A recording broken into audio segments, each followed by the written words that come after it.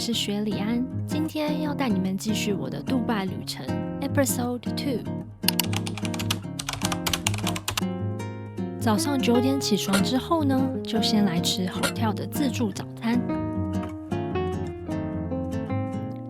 选项其实很多，应有尽有，不过老实说，真正合我口味的不多。这应该是现炒烘牡蛋，一些油炸的小点，水果和沙拉，面包和甜点的种类倒是蛮多的。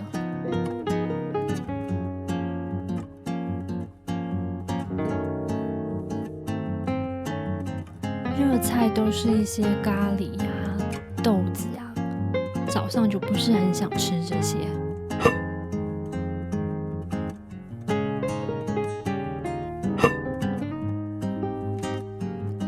咖啡和果汁也都有很多选择。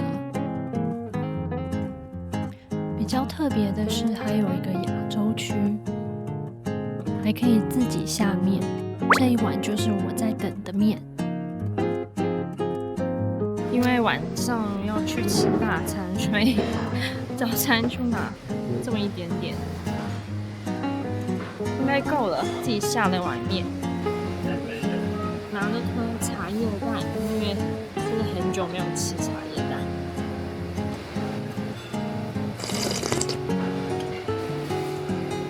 汤头还不错，没有很咸。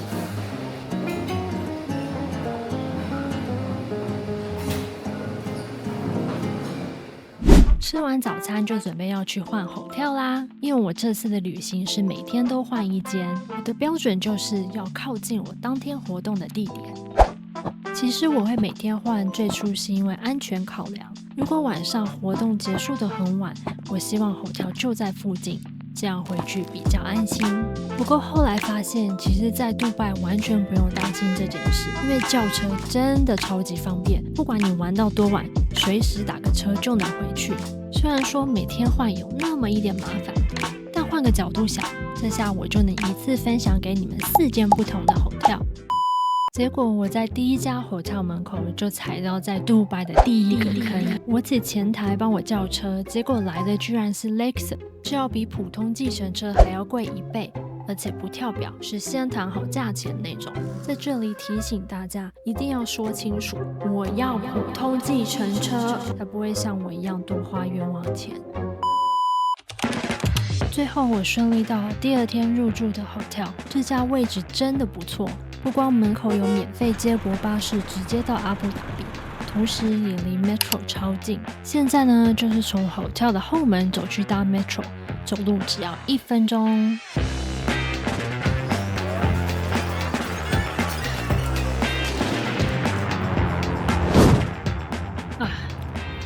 然后这就是 metro station， 非常快。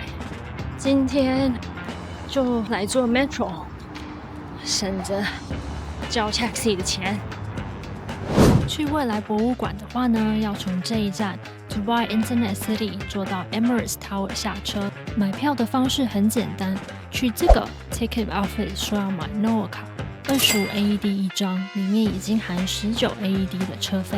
我这次还特别收了粉红色的女性专属车厢，男生如果误闯是会被罚钱的哦。这对独女女生真的超友好，在大热天也不用跟一群大叔们挤在一起，舒适度完全不一样。除了车站有一条冷气通道直达未来博物馆，整个纯白的走道走起来就像穿越到科幻片。我本来定10点半入场，但早上晚起加上一路拖拖拉拉，11点20才到，整整晚了50分钟。还好他们人很好，还是让我进。不过要注意，迟到的话不能在旁边的机器取票，一定要去找服务人员拿入场手环。只是这个弹性，忘记能不能行得通就不好说啦。就是乘这个电梯到顶楼，然后会一个馆一个馆的逛下来，最终终点是回到这个1楼。整个博物馆的主旨就是带我们穿越到2071年。馆内有5个主要展区，每一个都在想象不同的未来篇章。至于为什么特别选在2071年呢？这里我先卖个关子，待会再跟你们揭晓。Are you ready for that? Yeah! Amazing! All the way inside our space shuttle. 现在我们将要搭乘太空梭飞到太空站。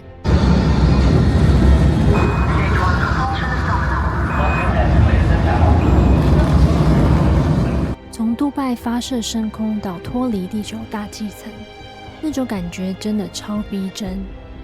特别是当地球慢慢消失在眼前，来到外太空的那一瞬间，真的会有点感动。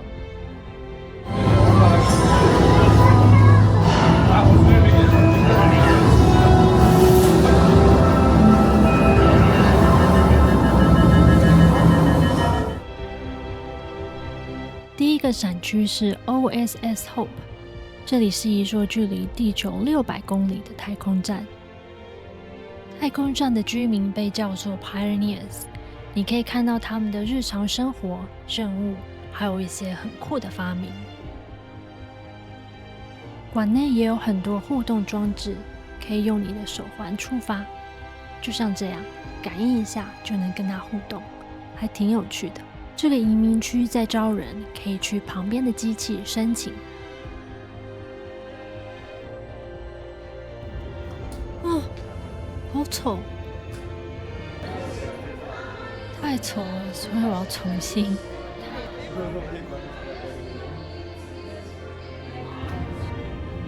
天哪，还是好丑，算了。参观完太空站，我们就要回到地球啦。我发现杜拜的展馆真的很爱硬控你的时间，就是你没办法自由逛，你一定要先听完它布拉布拉布拉讲一大堆，才能进到下一个展区。好处是你会更了解背后的概念，不会只是走马看花。但如果你是那种赶时间或者喜欢自由乱逛的人，就会希望这里能有一个 skip 键。接着就是 Hill Institute， 主题是我们要怎么重建生态系统。这里打造了一个数位版的亚马逊森林，你可以亲自种下一颗种子，看着它发芽生长。在实验室培育的这些植物在成熟之后呢，则会被释放回自然，又来修复世界各地受损的生态。这里还有一个基因库，里面收藏了成千上万种物种。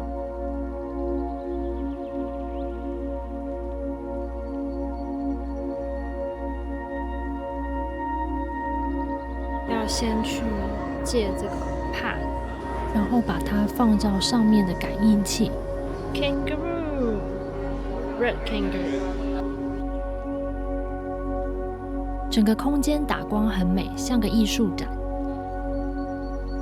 这些基因资料其实就是在提醒我们，要把地球上的生命保存下来，留给未来。第3站是 Al-Waha， 也叫绿洲，这是一个让人暂时离开数位世界，重新连接身心灵的地方。他们认为在2030年，忧郁症会超过肥胖，成为全球最大的健康问题。所以在未来，快乐和身心平衡特别重要。毕竟我们每天都被工作、环境还有网络上的各种声音轰炸，不断消耗我们的能量。听不懂他在说什么。不过这个女的也叫阿雅，就是昨天那个光影展也是叫阿雅，这可能就是阿拉伯版的菜市场名，俗称烂大街的名字。这个地板踏上去软软的，脚感好特别，好有趣哦。这一区叫 Feeling Therapy， 它的概念是说，因为我们越来越依赖科技，很多事情都不用手去做了。长期下来，大脑中负责敏感度、察觉力还有同理心的区域就会被缩小。所以要少滑手机，人才不会变得冷漠。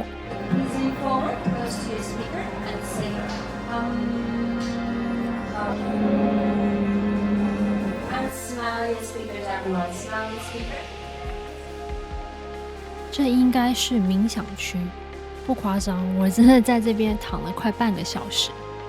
绿洲提醒我们，其实五感就是帮助我们找回平衡的力量，改变永远从内心开始。第4区是 Tomorrow Today， 主要展出一些比较有科技感的东西。不过这些其实大多是现有的科技，所以没有想象中那么未来。这里还有一台用 AI 帮你调配专属香水的机器，我也入手了。至于好不好闻，值不值得买呢？这个我就留到我在杜拜买了什么那一集再跟大家分享，记得去看哦。啊，又湿又黏又热。在这层楼，你也可以排队到外面的平台拍照。这个平台其实就在未来博物馆大圆圈的中间位置，算是馆内很特别的打卡点。这边也可以拍照。最后一区是儿童馆 ，pass 到外面去拍个全景。今天空气特别湿又黏。门口这个巨大的手势不是在比耶，这叫3指礼。3根手指代表 win、victory 和 love， 是阿联的专属手势。整栋建筑本身很有寓意，圆环代表人类，绿色基座代表地球，中间的空洞就是未知的未来。外墙上那些阿拉伯文，而是杜拜酋长写下的3句话。其中一句话呢，请去看我的杜拜 Vlog EP1， 里面有提到哦。最后我们来逛纪念品店，然后揭晓谜题。未来博物馆之所以设定在2071年，是因为那一年正好是阿联建国100周年。他带我们去想象100年后的未来。我自己是希望能活到2071，亲眼去看看这些未来有没有成真。当然，也许到那时候它会变成过去博物馆，想想也挺有趣的。说真的，我能理解为什么网上的评价会很两极。很多人期待杜拜能做得更炫、更科幻，塞满那些遥不可及的黑科技，但我反而觉得这里真正想传达的是一种对未来的愿景。虽然展出的东西不算天马行空，但正因为脚踏实地，让人觉得真有可能在50年内发生。对我来说，这不只是一个展览，而是一份对未来的计划，一个寄托着希望与行动的蓝图。接下来我去了 Mall of Emirates， 这可是杜拜最有名的购物中心之一，一样是搭 Metro 去的，很方便，都在同一条红线上。一走进去就能感觉到这里的人气明显比上一集的 Wafi Mall 多很多。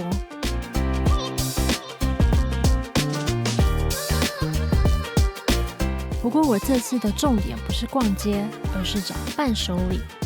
上一集被杜拜的椰枣惊艳到，所以今天特别锁定了椰枣名店 Batil， 它号称是椰枣界的爱马仕，价钱确实不便宜，但吃起来真的不错。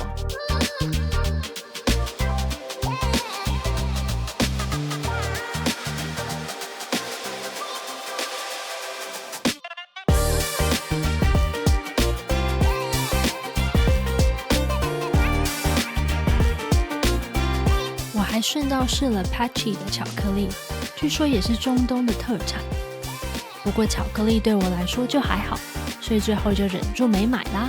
如果是要买伴手礼的话，其实我更推荐去家乐福，里面有专门卖杜拜巧克力，评价都不错，而且价格也比商场亲民很多。之后我也会做一集开箱和试吃，帮大家避坑。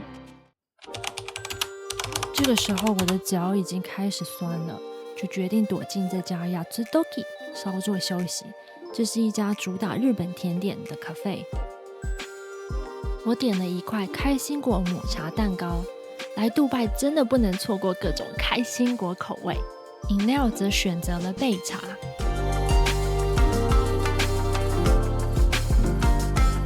蛋糕体带着淡淡的抹茶清香，融合开心果的坚果香气，口感很细致。中间夹层还有奶油和草莓，酸甜刚好中和掉奶油的厚重感，让整体吃起来很清爽。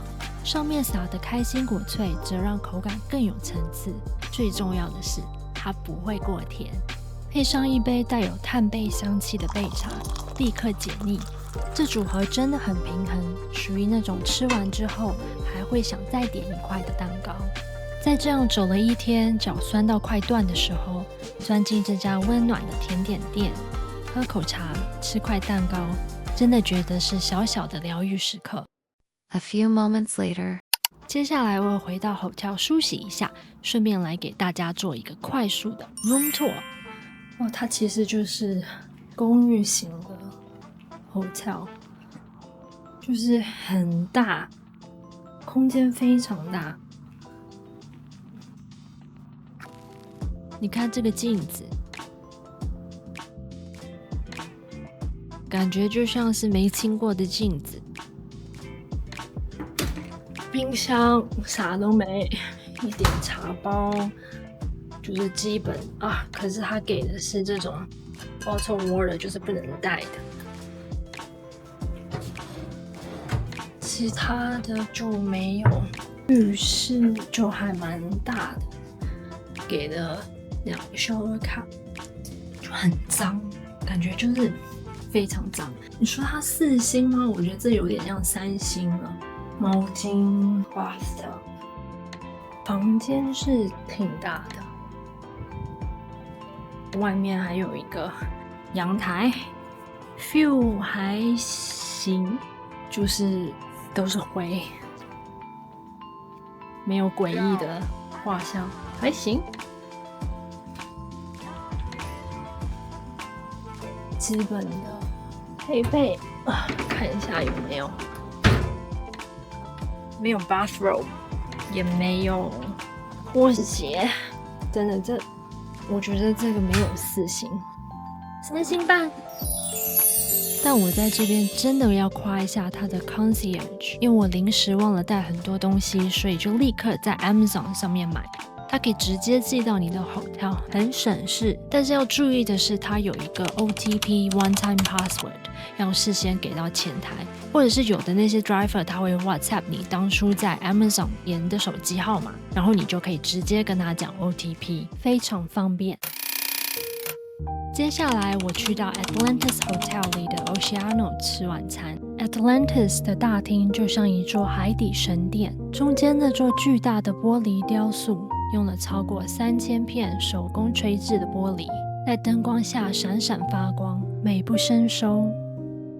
Oceano 是一家米其林1星餐厅，以海洋为主题，整个用餐空间被巨大的水族箱环绕，鱼群甚至鲨鱼就在你身边游过。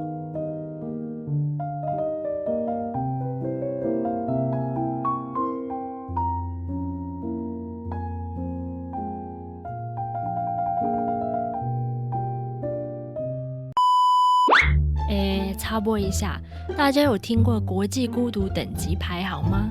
他把各种一个人做的事按照难度分成10个等级，从最基本的一个人逛超市开始，一路升级到一个人去游乐园等等。但我觉得他还少了一条，那就是一个人去吃这种浪漫到不行的水族馆米其林餐厅。四周不是情侣就是夫妻，还有看起来像是母子，但其实可能是姐弟恋的双人组。再加上有些过特别节日的客人，桌上还会撒玫瑰花瓣，这孤独等级大概能排到8了吧。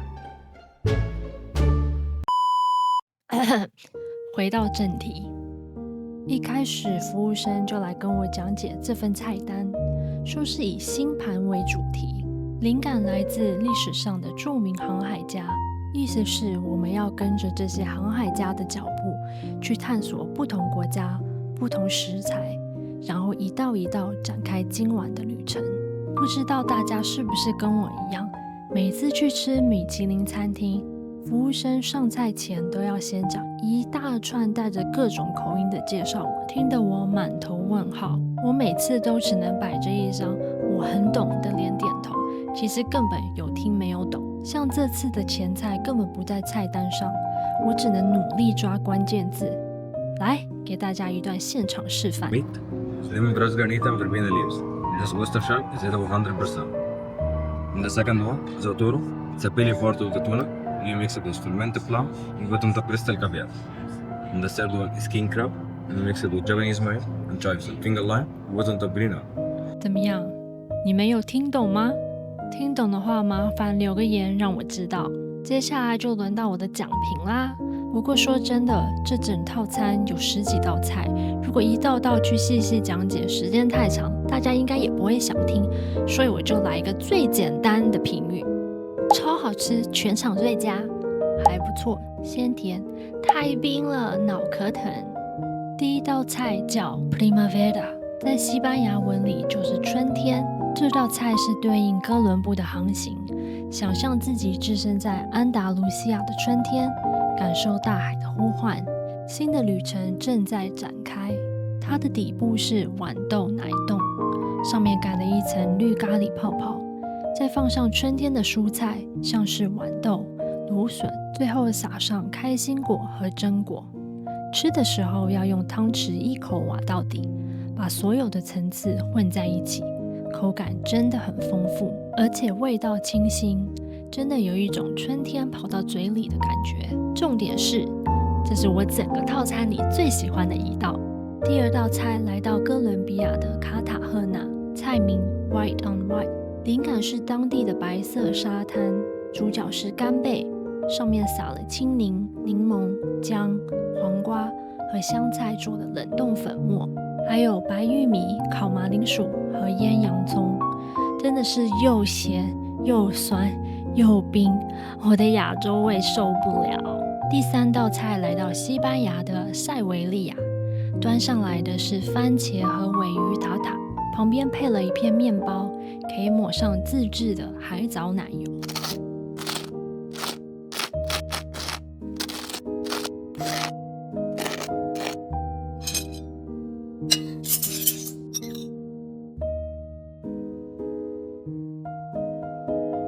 我的评语很简单，普通。罗盘造型非常用心，硬到可以当武器。第四道菜来到葡萄牙的里斯本，这菜的介绍一样非常文青，什么缤纷的市场、新香料的气息，还有达伽马的航海精神。结果端上来是一道水煮鳕鱼，上面加了一点鱼子莱姆和海葡萄。吃起来嘛，老实说没有特别打动我。第五道来到巴西的巴伊亚，这道菜捕捉了巴西沿海料理的精髓，里面有藏红花和椰子粉圆，味道真的挺特别的，带着椰香和微微的辛香，好吃。第六道我们来到加勒比海，端上来的是日式炭烤虾子，底部是百香果酱配咖喱油，外围还有墨西哥辣椒奶油酱，上面放着咖喱叶和泰国柠檬。虾子本身鲜美多汁，吃得出来火候很好，但那个酱汁咸到我扣分。接下来服务生把这个端上来，说里面藏了2封瓶中信，要我自己打开。里面有个坐标会提示今晚的主菜从哪个国家来，总共有2个选项，牛排或鱼。